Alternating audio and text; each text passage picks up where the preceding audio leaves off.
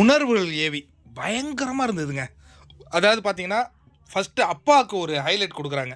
அப்பா எல்லாருடைய வாழ்க்கையிலும் ரொம்ப ரொம்ப இம்பார்ட்டன்ட் இல்லை. பாரு ஒரு வார்த்தை சொல்கிறாங்க, எங்கள் அப்பா இறந்துட்டாங்க அப்படின்னு யாரையோ கனெக்ட் பண்ணி அவங்க சொல்கிறாங்க. அதுக்கப்புறம் டக்குன்னு கட் பண்ணால் கெமி பேசிக்கிட்டு இருக்கிறது. அதுக்கு முன்னாடி கமருதீன் அந்த அப்பா அம்மாவை பற்றி அவர் பேசுகிறது, இதெல்லாம் இவ்வளோ உணர்ச்சி வசமாக இருக்கே, இவ்வளோ உணர்ச்சி வசமாக இருக்குது. எப்படி பிக் பாஸ் நீங்கள் வந்து ரெட் கார்டு கொடுத்து அந்த எனக்கு தெரிஞ்சு பாரு வந்து அந்த அப்பா குரல் வந்து அவங்கள கூட மென்ஷன் பண்ணி சொல்லியிருக்கலான்னு நினைக்கிறேன். அப்படி இருக்கும் பொழுது அந்த பொண்ணு எவிக்ட் ஆகி போகும்போது, உனக்கு சேலரி போயிடுன்ட்டு நீ ஒரு வார்த்தை கூட பேசலையடா, நீ எல்லாம் மனுஷனாடா டே அப்படின்னு நமக்கு கேட்க தோணுது. ஏன்னா பிக் பாஸே சொல்லிட்டாரு, சோஷியல் மீடியாவில் என்னை வந்து கழுவி ஊற்றுறாங்க அப்படின்னா, கண்டிப்பாக நம்மளை பொறுத்த வரையும் தமிழ் மக்கள் எப்படின்னா உண்மை, நேர்மை, நியாயம். பாதிக்கப்பட்டவங்க பக்கத்தில் தான் நம்ம என்றைக்குமே நிற்போம். கரெக்டாக? அதனால தான் பாதிக்கப்பட்ட சாண்ட்ரா அப்படின்னு சொல்லிட்டு ரெட் கார்டையும் வாங்கி கொடுத்தோம். கரெக்டாக?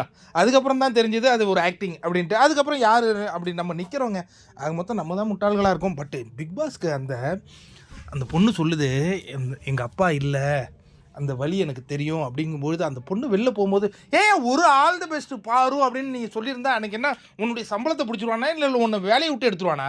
அப்போ நீங்கள் எல்லாம் வேலை செய்கிறவங்க தானடா, அப்புறம் என்னத்துக்குடா வந்து ரொம்ப நல்லவன் மாதிரி எல்லாத்தையும் நீ என் சிஷ்யன், நீங்கள் தான் எனக்கு காட் ஃபாதர், இதெல்லாம் பேசும்போது எனக்கு பொய்யா தெரியுது.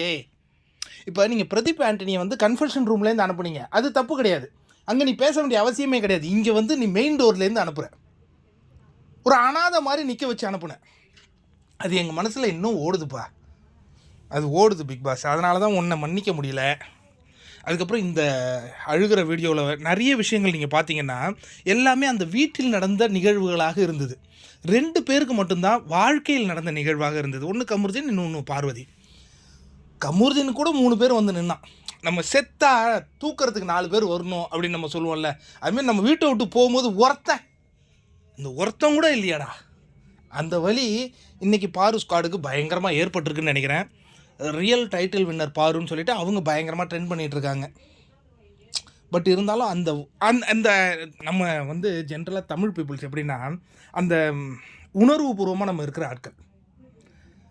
எனக்கு அந்த ஒரு காட்சி ரொம்ப வலியை தந்தது. அந்த டைமில் ஒரு பிக் பாஸ் ஒரு சின்ன வார்த்தை, பாரு போயிட்டு வாங்க அப்படி கூட ஏதாவது சொல்லியிருக்கலாம். அந்த சம்பளத்தில் தான் எல்லாம் நிற்கிறீங்க அப்படிங்கும்போது உங்களை எல்லாரையும் நாங்கள் வெறுக்கிறோம், பிடிக்கல.